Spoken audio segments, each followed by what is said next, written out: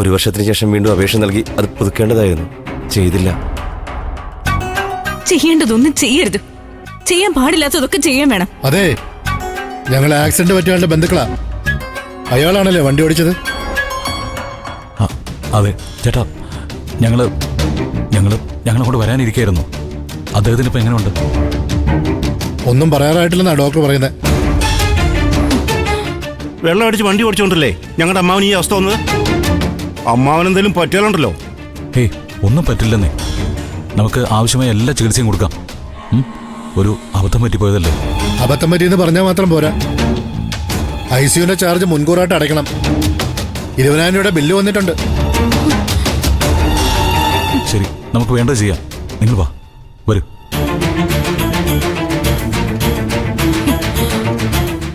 ഇന്ദ്രനെല്ലാം ചെയ്യട്ടെ.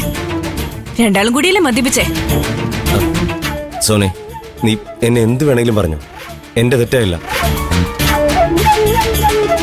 എന്റെ സമയദോഷം. പക്ഷെ അതിന് നീ ഇന്ദ്രേട്ടനെ കുറ്റപ്പെടുത്തരുത്. എല്ലാ കുറ്റവും സ്വയം ഏറ്റെടുത്ത് ജയിലിൽ പോയി കിടക്കാനാണോ ശ്യാമേട്ടന്റെ തീരുമാനം?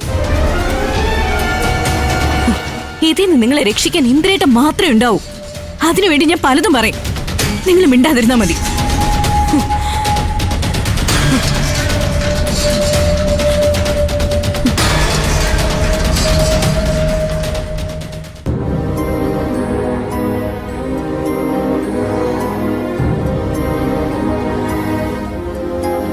ഒരു കണക്കിന് ചീരച്ചേച്ചി ഫംഗ്ഷന് വരാതിരുന്നത് നന്നായി.